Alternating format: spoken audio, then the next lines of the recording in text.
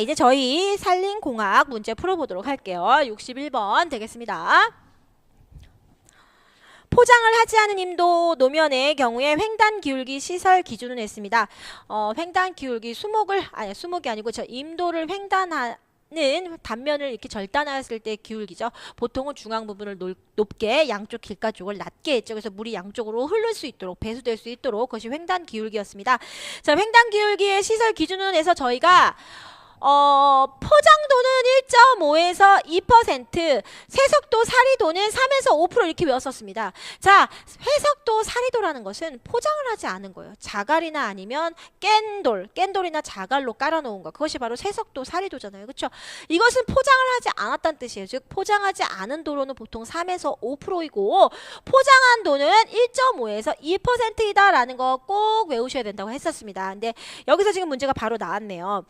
그랬을 때 포장을 하지 않은 도, 즉 우리 여기서 뭐다? 쇠석도, 사리도를 얘기하는 것이다. 그래서 답은 3번에 3에서 5%가 되겠다. 1.5에서 2%, 2번은 그 포장임도에 대한 것이죠. 이거 정리를 하시면서 62번 임도의 사면붕괴 원인으로 옳지 않은 것을 냈습니다. 그래서 저희 사면붕괴 원인엔 이런 게 있다 해서 제가 하나 꼭 알아야 된다고 하면서 하나 체크해 준 것이 바로 이거였죠.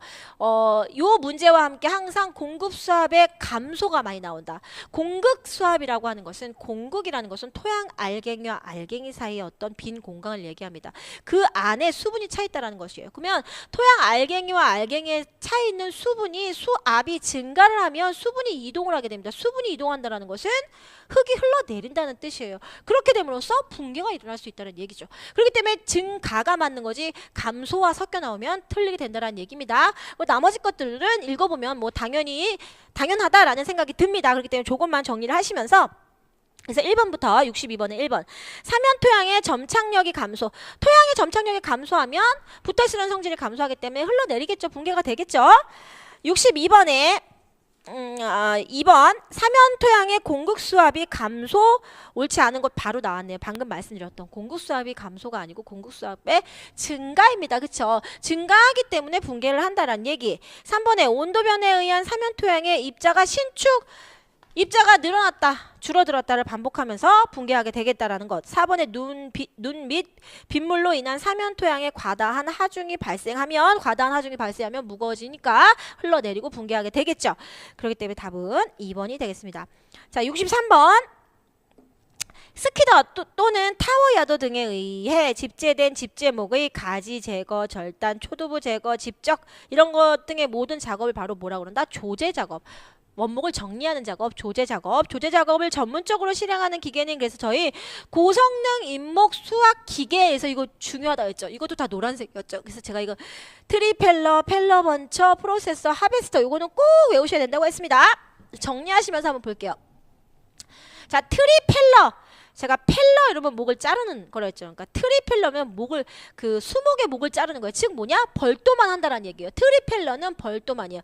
자, 펠러 번처. 자, 펠러라는 말이 들어가면 벌도를 하는 거예요. 펠러라는 게 목을 베다 이런 뜻이 있습니다. 베다라는 뜻이 있습니다. 그래서 펠러 하면 베는 건데, 저 벤다라는 것은 얘도 벌도가 들어갔어요. 번처. 그래서 제가 펠러 목을 작은 다음에 번쩍 든다고 해서 드는 것은 뭐 하는 것이냐? 바로 집재를 한다. 집재라는 것은 수목을 쌓아서 어느 정도 옮겨가서 쌓아 놓는 것, 그것을 바로 집재라고 했습니다. 그래서 펠러 번처는 벌도와 함께 제가 펠러 한 뒤 번쩍 든다고 해서 집재까지 해서 펠러 번처라고 외운다고 했죠. 그래서 얘는 벌도하고 집재, 얘는 벌도만, 트리펠러는 그 다음에 프로세서는 벌도는 하지 않아요. 벌도만 하지 않고 나머지 조제 작업, 가지치기라든지 작동이라든지 지타라든지, 가지치기가 지타죠. 가지치기라든지 마름질이라든지, 작동은 콩나무 자르기가 바로 작동입니다. 작동이라든지 또 집재까지 운반할 어떤 장소까지 옮겨 놓는 것, 쌓아서 옮겨 놓는 것, 그것을 바로 우리 집재라고 했었습니다. 그래서 프로세서는 벌도만 없고 나머지 작업은 다 있어요. 그렇죠? 조제 작업 과 집재 작업까지, 그것이 바로 프로세서고, 자, 이제 제일 중요한 것이 바로 하베스터. 자, 얘야말로 다공정 고성능 기계라고 할 수 있습니다. 얘는 벌도에다가 가지도 쳐주고 마름질도 해주고 토막 내기도 하고 작동도 해주고 이런 여러 가지 것들을 다 수행할 수 있는 것이 바로 뭐다? 하베스터다. 하베스터 같은 경우는 조제는 못해요. 그래서 조제를 하죠. 조제하는 장비로 포어더 등 집재를 말하는 겁니다. 포워더는 집재기예요. 집재기. 집재하는 포워더와 같이 함께 작업을 하면 더 효율이 좋고 능률이 좋아진다라는 얘기. 그래서 우리는 요 네 가지 펠러 번처 프로세서 하베스터 요 네 가지는 꼭 아셔야겠다라는 거. 펠러가 들어가면 벌도 작업이 있다. 프로세서는 벌도가 없다. 그리고 하베스터는 벌도가 있고 조제까지 있다. 하지만 집재는 없다라는 것. 그런 거 정리를 좀 해주시면 좋을 것 같네요. 그래서 63번의 답은 3번이에요. 지금 벌도가 없어요. 그렇죠? 보시면 가지 제거 등의 조제 작업을 할 수 있어요. 그렇죠? 그런데 벌도도 없고. 그렇죠? 그러니까 뭐다? 바로 답은 3번의 프로세서가 답이다라는 거. 24번 사방댐의 시공 적지로 옳지 않은 것은 했습니다. 사방댐의 시공 장소, 시공 적지 이것도 중요하다고 했었습니다. 1번 상류부의 개폭이 좁은 곳이 아니고 상류부의 개폭이 넓어야지 많은 퇴사 함량을 간직할 수가 있다. 그렇죠? 위에서부터 성력들이 많이 흘러내렸을 때 넓어야지만 많이 간직할 수 있잖아요. 많이 막을 수가 있잖아요. 말 그대로. 그렇죠? 사방댐이니까요. 그렇기 때문에 넓은 곳이어야 된다는 얘기입니다. 댐 부분은 좁고 상류 부분은 넓을수록 좋다라는 얘기입니다. 그렇기 때문에 답은 64번에 벌써 1번이 틀렸네요. 2번에 개상과 양 안에는 안반이 존재해야 된다. 그쵸? 하천의 바닥이나 또는 양 안쪽에는 안반이 존재를 해야지, 댐자리 부분이 안반이 존재를 해야지 좀 더 튼튼하게 건실한 어떤 사방댐을 건설을 할 수 있다는 얘기죠. 3번 수생태계에 미치는 영향이 크지 않는 곳. 웬만하면 그런 곳이면 더 좋겠죠. 우리의 이 조건 중에서는 외우지 않았습니다만 웬만하면 그렇다면 더 좋겠습니다. 4번의 지류의 합류점 부근에서는 웬만하면 합류점에 하류 지점, 만나는 곳이 아니야, 만나는 곳에 바로 하류 쪽에 있으면 좋다라는 얘기. 그래서 저희는 이 시공적지, 시공장소, 개안과 개상에 안반이 존재하는 것, 댐 부분은 좁고 상류 부분은 넓은 곳에서 많은 퇴사량을 간직할 수 있어야 되고요. 계류의 바닥의 기울기가 완만하고 두 지류가 합류하는 곳, 그러니까 합류하는 곳에 바로 미친 겁니다. 이렇게 표현도 됩니다. 두 지류가 합류하는 곳, 즉 합류하는 곳에 바로 미치라는 것입니다. 같은 말인 거죠. 뭐 그런 것들 있다라는 거, 요 사방댐의 시공 장소도 정리를 하시겠습니다. 자, 65번 벌도 작업 시 쐐기 사용의 주 목적은, 쐐기는 벌도 방향을 결정을 한다. 쐐기를 꼽아 놓은 것으로 수목이 쓰러지지 않는다. 그렇죠? 벌채를 할 때, 벌도를 할 때는 쐐기를 꼽아 넣어서 벌도 방향을 결정하기 좋다라는 것. 그리고 또한 안전 작업 또한 톱이 끼지 않고 뭐 이런 목적들이 있었습니다. 그래서 답은 60 몇 번이죠? 65번의 답은 2번이 되겠습니다. 66번 보도록 할게요. 임도 설계 업무의 순서로 옳은 것은, 자, 임도 설계 업무 이것도 굉장히 문제 잘 나오고 있었죠. 그래서 제가 항상 노란색이었습니다. 근데 이것이 항상 답사와 예비 조사를 좀 혼동할 수 있다는 거 항상 조심하라는 거. 예비 조사를 먼저 합니다. 먼저 조사를 한 뒤 그 다음 답사를 가고 예측을 하고 실측을 하고 설계도, 요것도 조심해야 되는 게 여기는 설계도고 여기는 설계서입니다. 설계도를 작성을 한 뒤 공사 수량을 산출을 하고 마지막으로 설계서를 작성을 하게 됩니다. 이것은 임도의 설계입니다. 그렇기 때문에 마지막에 설계서를 작성한다. 먼저 설계 그림을 그리고 공사량을 산출한 뒤 설계서를 작성을 하게 되는 것입니다. 그래서 예비조사, 답사, 예측, 실측, 설계도 작성, 공사량 산출, 설계서 작성입니다. 요거 정리를 좀 꼭 하셔야겠습니다. 이 문제도 잘 나오고 있죠? 그래서 66번의 답은 1번이 되겠습니다. 67번 앞 모래 언덕의 뒤쪽으로 바람에 의한 모래 날림을 방지하고 식생의 생육 환경을 조성하기 위해 가장 적합한 곳은, 자, 여기서 중요한 말은 식생의 생육 환경을 조성입니다. 우리 사지 조림 공법이 있었고 사구 조성 공법이 있었습니다. 그렇죠? 사구를 만들어주는 공법과 또는 그 만들어진 사구에다 식생을 도입하는 것, 그것이 바로 사지 조림 공법이었어요. 근데 지금 여기 보시면 식생의 생육 환경을 조성하기 위한 것이래요. 이것은 바로 사지의 조림을 하는 공법인 거예요. 그것은 어떤 것이냐? 바로 이 정사울 세우기다. 정사울 세우기는 만들어진 사구에, 그쵸? 만들어진 사구에 조림을 할 때 어떤 조림목에 식재목이 잘 자랄 수 있도록 해주기 위해서 설치하는 울타리 공작물, 그것이 바로 뭐다? 정사울이다. 정사울 세우기 공법이다라는 거에서 높이는 1에서 1.2m 뭐 등등, 요거 울타리 간격은 요렇다는 거, 요것도 같이 정리를 하시면 좋을 것 같네요. 그래서 답은 바로 67번의 정사울 세우기 3번이 되겠습니다. 68번은 그냥 한번 보실게요. 임도시공시 사용하는 용어에 대한 설명으로 옳지 않은 것은 했습니다. 1번 준설, 물속의 흙을 파내는 것. 맞습니다. 준설이라는 것은 수심을 깊게 하기 위해서 물속의 흙을 파내는 것을 준설이라고 합니다. 준자가 깊게 할 준자예요. 깊게 할 준. 2번 취토장, 취하다, 흙을 취하는 곳이에요. 볼까요? 흙이 남아서 버리는 곳 아니죠. 흙을 취하는 곳, 즉 흙을 파내는 곳입니다. 취토장은. 흙을 남아서 버리는 것은 사토장입니다. 버릴 사자를 써서 흙을 버린다 해서 사토장입니다. 3번 매립, 물에 흙을 메워 육주로 만드는 거 맞죠? 4번 흙일, 흙을 깎거나 쌓아 올리는 흙의 모든 작업을 흙일이라고 합니다. 흙일. 자, 69번 보시도록 하겠습니다. 유량 면적의 단위가 헥타르일 때 유량 공식으로 옳은 것은 그래서 최대 홍수 유량 공식 이것도 중요하다. 우리 외우자 그랬습니다. 그래서 시유량법, 합리식법, 비유량법 이렇게 세 가지 있었죠.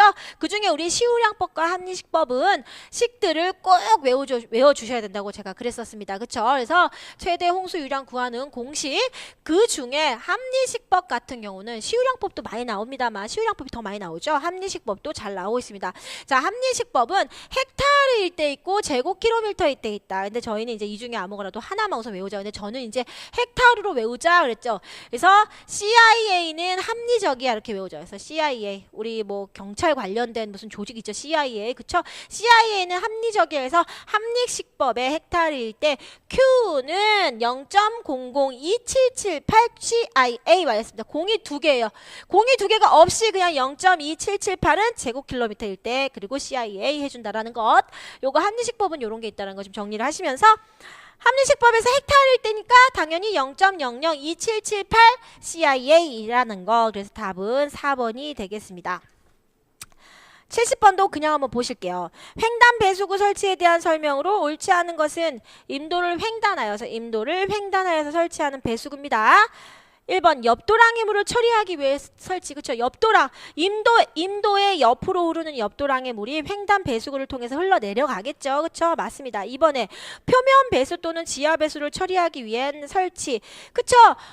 임도에 횡단하여 배수구가 있으면 물이 흘러내리다가 표면으로 물이 흘러내리다가 이 횡단 배수구를 통해서 흘러나가겠죠. 그쵸? 3번 배수 간의 연결부 또는 배수시설의 단면이 변화하는 곳에 설치. 연결부나 단면 같은 경우는 보통 맨홀 같은 건 잘 안 하지만 예를 들어서 맨홀이라던가 아니면 집수정 이제 임도 산림에서는 집수정 같은 것 그런 것들이 연결 부위라든지 그런 것들에 설치를 하게 되는 것이죠. 그래서 여기서는 횡단 배수와 상관이 없습니다. 지금 3번 같은 경우는 그렇기 때문에 답이 3번. 4번 작은 골짜기 유역으로부터 집수되는 유수 처리를 처리하기 위해 설치. 그쵸? 집수되는 유수 처리를 하기 위해서 설치를 하게 됩니다. 그렇기 때문에 답은 70번에 3번이 되겠습니다. 자, 71번 보시도록 할게요. 삼복수로공에 대한 설명입니다. 자, 볼게요. 삼복수로공에 대한 설명으로 옳지 않은 것은 삼복수로공, 다른 말로 산비탈 수로내기 또는 삼복수로공 둘 다 같은 말입니다. 이렇게 나오면 1번 유수가 집중되는 요부에 설치한다. 자, 움푹 파인 곳, 오목할 요자입니다. 그래서 요부에 설치를 하겠죠. 당연히. 그쵸? 유수가 집중이 되는 그런 요부에 설치를 해야지 그 배수가 되겠죠. 2번에 떼수로공은 집수구역이 좁은 곳에 설치한다. 그쵸? 떼가 바로 잔디를 말하는 거죠, 여러분. 그쵸? 잔디 수로공 같은 경우는 유역 면적도 좁고 또한 유량도 적은 곳, 그런 곳에 설치를 하게 됩니다. 떼수로공 같은 경우는. 그 다음에 3번 수로의 시작과 끝에는 반드시 수평대 공작물을 적용한다. 수평대 공작물이라는 것은 흙막이 공작물이 있는 것, 그것을 바로 수평대 공작물이라고 합니다. 배수가 될 때 수로를 통해서 배수가 될 때 어떤 흙막이 공작물이 제일 시작 부분하고 제일 끝 부분에 흙막이 공작물이 있어야지 어느 정도의 성령을 막아줄 수 있다는 얘기입니다. 그렇기 때문에 수평대 공작물을 적용한다. 맞습니다. 4번에 가급적 수로의 기울기는 상부에서 하부로 내려가면서 감소하게 계획된다. 아닙니다. 수로의 기울기는 상부에서 하부에 이르기까지 어떻게 해야 된다? 일정하게 계획을 해야 된다. 상부는 높았는데 하부에 갈수록 기울기가 낮아버리면 그 부분에 많은 어떤 퇴적이라든지 또는 많은 쇄골 등이 일어나겠죠. 그렇기 때문에 아니다라는 것. 그래서 답은 4번이 되겠습니다. 그래서 산피탈 수로내기 여기도 한번 정리를 쭉 한번 읽어보시면 될 것 같네요. 자, 72번 트랙터의 구입 가격이 5천만 원입니다. 그리고 수명은 5,000시간이며 잔존 가치는 구입 가격의 20%일 때 이 기계의 시간당 감가상각비는 그랬습니다. 자, 이거는 그냥 제일 일반적인 감가상각비 계산. 견디는 연수, 그 기계가 견디는 최종 그 사용할 때까지 견디는 연수분의 처음 구입한 가격, 그죠? 취득 원가에서 잔존 가치, 즉 폐물 가격 이렇게 된다라는 거. 구입 가격 또는 폐물 가격 이렇게 나오기도 하고 취득 원가 또는 잔존 가치라고 나오기도 하기 때문에 같이 적어 놓았고요. 자, 그래서 매년 감가상각비는 얘는 내용 그 견디는 연수를 바로 내용 연수라고 하는 거죠. 그 기계가. 그러면 볼게요. 72번인가요? 72번에서 수명이 5,000시간이래요. 바로 이게 그 견디는 시간이, 견디는 내용 연수입니다. 그래서 얘가 5,000시간이에요. 5,000시간인데, 취득 원가가 얼마라고요? 5천만 원이에요. 그쵸? 5천만 원. 5천만 원 마이너스. 자, 5천만 원 마이너스인데 얘가 잔존 가치가 구입 가격의 20%예요. 5천만 원의 20%는 바로 뭐랄까요? 1,000만 원이에요. 1천만 원. 그쵸? 그냥 이거는 이렇게 해주면은 끝인 거죠. 그쵸?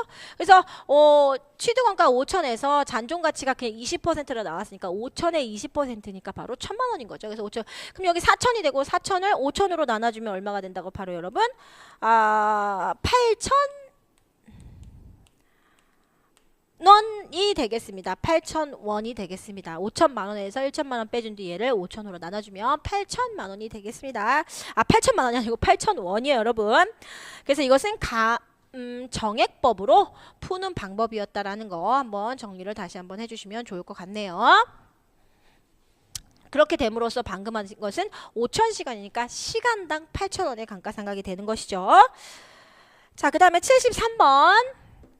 벌목시 벌목 방향을 확정하고 벌도목이 쪼개지는 것을 방지하기 위하여 근원 부근에 만드는 것은 뭐다? 바로 수구이다. 그래서 이것을 뭐라고 부른다? 그 방향으로 벌도가 일어난다 하여서 방향배기, 그 방향으로 일어난다 해서 방향배기라고 하고 우리는 이것을 수구라고 했다.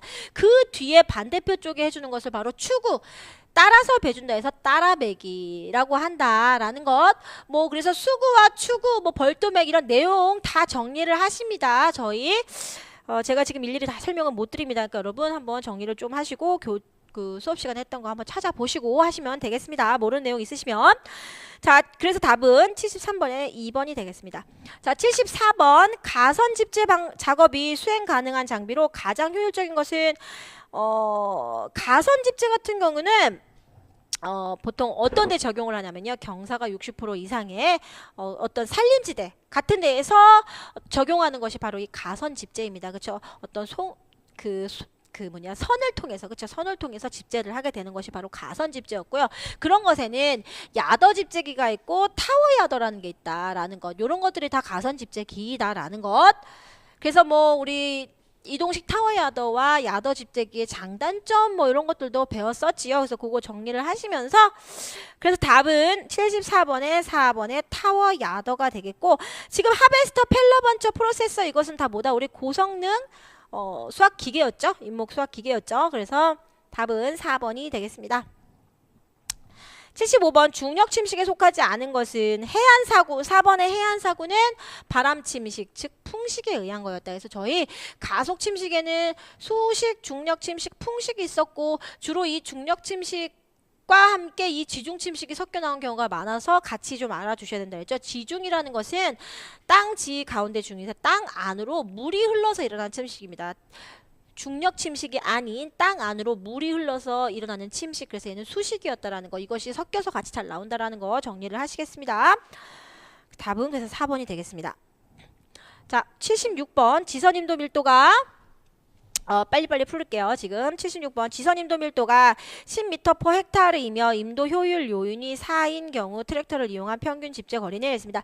그래서 우리는 지선임도 밀도는 AS, 저는 S분의 A입니다. 지선 S분의 A입니다만 저는 D는 AS 이렇게 외웠었습니다. 자, 그래서 지선임도 밀도가 지금 뭐라고 했죠? 10이라고 했어. 지선임도 밀도가 10인데 평균 집재거리 여기를 몰라요. 그쵸? 평균 집재거리가 x이고 임도 효율 계수가 4예요. 그렇다면 x는 뭐가 나오냐? 바로 0.4가 나온다. x는 0.4예요. 그쵸? x는 0.4입니다. 자, 그렇다면 0.4인데 여기 봤더니 0.4가 없어요. 그쵸? 근데 여러분들이 하나 주의해야 될 것은 평균 집재거리는 나온 답이 뭐다? 항상 킬로미터이다. 얘가 킬로미터로 계산했을 때 지선 임도 밀도가 미터 퍼 헥타르예요. 얘는 또 미터예요. 그렇죠? 그렇기 때문에 이걸 주의하셔야 된다라는 겁니다. 그래서 평균 집재거리는 0.4km예요. 자, 0.4km니까 얘를 다시 미터로 바꿔줘야 되겠죠? 그러니까 바로 1km는 1000m죠. 1km는 1000m예요. 그렇기 때문에 얘를 미터로 바꿔주면 400m가 된다라는 것이죠. 그래서 답은 76번에 3번이 되겠습니다. 자, 77번.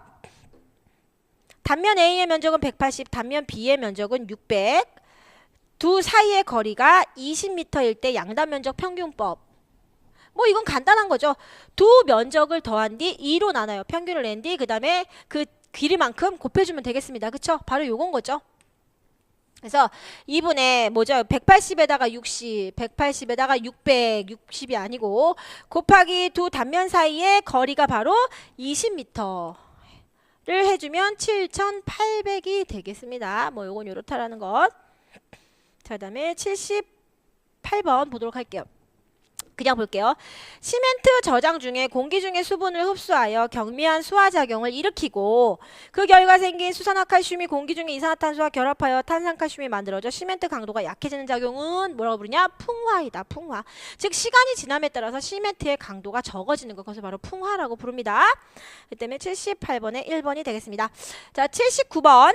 방위각 275도를 방위로 표현하면 다음 중 어느 것인가? 자, 이것은 제가 수업 시간에 했었죠. 이거 굉장히 이것도 문제에 종종 잘 나오고 있죠. 자, 먼저 방위각을 방위로 표현하라라고 나오게 되면 우리는 항상 이렇게 십자가를 그려놓고 노스, 사우스, 이스트, 웨스트 쓴다고 했습니다. 자, 여기서 방위각이 275도라 했죠. 지금 방위각이 275도예요. 자, 방위각은 진북에 대해서, 그쵸? 진북에 대해서 이루어지는 각도를 바로 방위각이라고 했습니다. 그럼 진북에 대해서 275도라는 것은 9, 1은 9, 9, 28, 9, 3, 27 여기까지가 270도예요. 그쵸? 275도니까 한 여기 정도 가겠죠. 그쵸? 진북으로부터 오른쪽으로 이루어지는 각도를 바로 우리는 방위각이라고 했습니다. 자, 그럼 방위각이 275도예요. 그럼 자, 여기서부터 275도니까 어떤 측선이 한 요 정도에 오겠죠. 그쵸? 요 정도에 옵니다. 자, 그러면 이 방위각을 방위로 읽으래요. 이 방위각을 방위로 읽을 때는 자, 제가 요거 표시했었죠.